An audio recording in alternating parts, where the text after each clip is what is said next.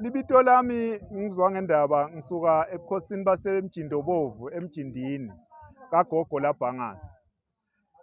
Umemo ngilolo hlanganisa bantu baleso sigodzi saloyo mntwana enkosi noma saleso sikhulu. Ngila khona bukhosi busuke butawukhuluma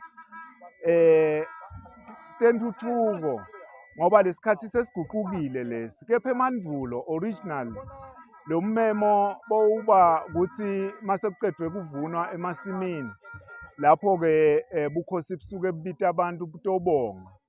Nalomuhla-ke sekubonakala ukuthi setinengi letinto lesetingedekile lokudzingakala ukuthi bukhosi bubambe liqhaza kithi. Kuthuthuka kwebantu ukuthi abantu bathole tindlu, kuthuthuka kwebantu ukuthi bakhule ngekwemasiko, kuthuthuka kwebantu esigodzini ngakwemfundo.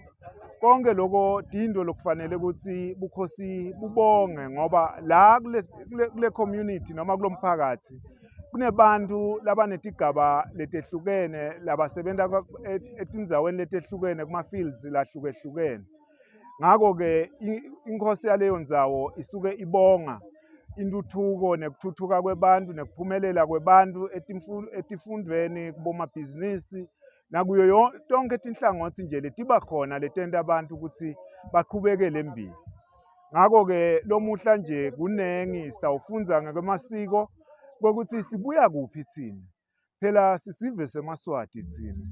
Lelive emandulo bekungekho dalada losehlukanisa nalaba labaseswatini.